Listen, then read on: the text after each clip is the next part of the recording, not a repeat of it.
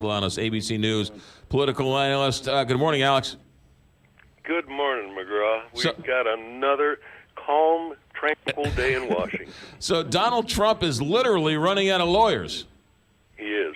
And, this is Shakespeare. First thing we do, kill all the lawyers. Robert Mueller figured that out. Michael Cohen is Donald Trump's legal bodyguard. He's the guy with the keys to the vault. He knows the secrets. Donald Trump's complicated financial history all goes through Michael Cohen. And Mueller has figured out that if he puts the squeeze on there, he gets a lot closer, and the noose tightens on this president. It is a brilliant move legally and politically.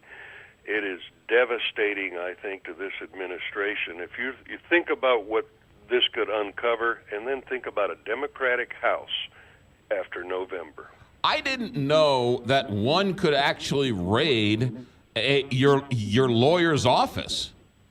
Well, you're not supposed to be able to raid your lawyer's office if he is only your lawyer. But if your lawyer may be a participant in a crime, then that's a separate issue. And so people think that if you just do business with your lawyer, anything that happens in that relationship is privilege. That's great, unless it's a crime. You can't just that's not a safe place like you have on college campuses. So I think people abuse that privilege, and now it's going to be a real problem for this president. So is it Robert Mueller? Because it sounds like Robert Mueller handed this off to the Justice Department. This is Robert Mueller as the wizard behind the curtain. It didn't have anything to do, of course, with collusion, because they can't find anything, any evidence of that. But Mueller thinks he's got some bank fraud here. He's got some campaign law violations that Michael Cohen may have been involved with. So what does he do? He hands that off to the U.S. Attorney in New York to go put the squeeze on Trump's legal bodyguard. The noose tightens. So Donald Trump, Rosenstein is a Trump guy, and this attorney in New York is a Trump guy. So he's running out of criticisms for these people. These are his own people.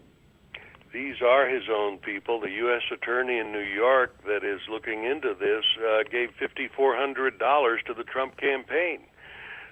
But the president's point is, look, this has started as an investigation into collusion. Now you're investigating my business past. What's that got to do with running America?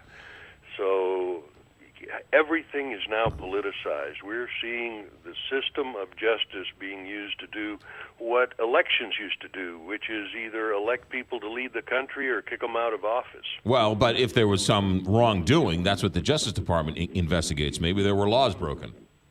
Maybe there were laws broken, and that's what the U.S. Attorney and Robert Mueller, that's what they're staking their ground here. Yeah. Alex, quickly, while we still have you, he was at a meeting discussing what to do with Syria after the chemical gas attack over the weekend and whether or not to put troops into harm's way. It's the most sacred thing a president does, and yet he spent the whole time complaining about his own investigation. Well, the president said in the next 24, 48 hours there are going to be some big decisions about Syria. We know this president has sent 59 Tomahawk missiles at Syria before, when Syria launched chemical attacks against babies, children, like it has just done again. So we think we know what Trump will do.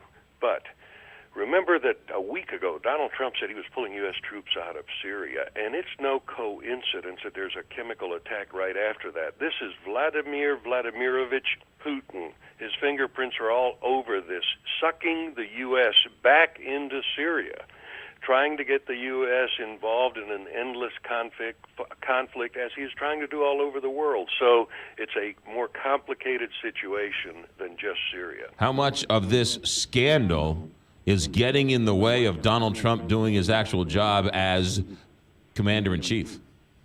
Well, this president apparently is pretty good at juggling chainsaws. He's a multitasker. He can deal with scandals and crises all over the place, but he doesn't seem to have a lot of help. This is John Bolton's first day on the job, and he's dealing with Syria and chemical attacks, North Korean negotiations, and the Iranian nuclear deal.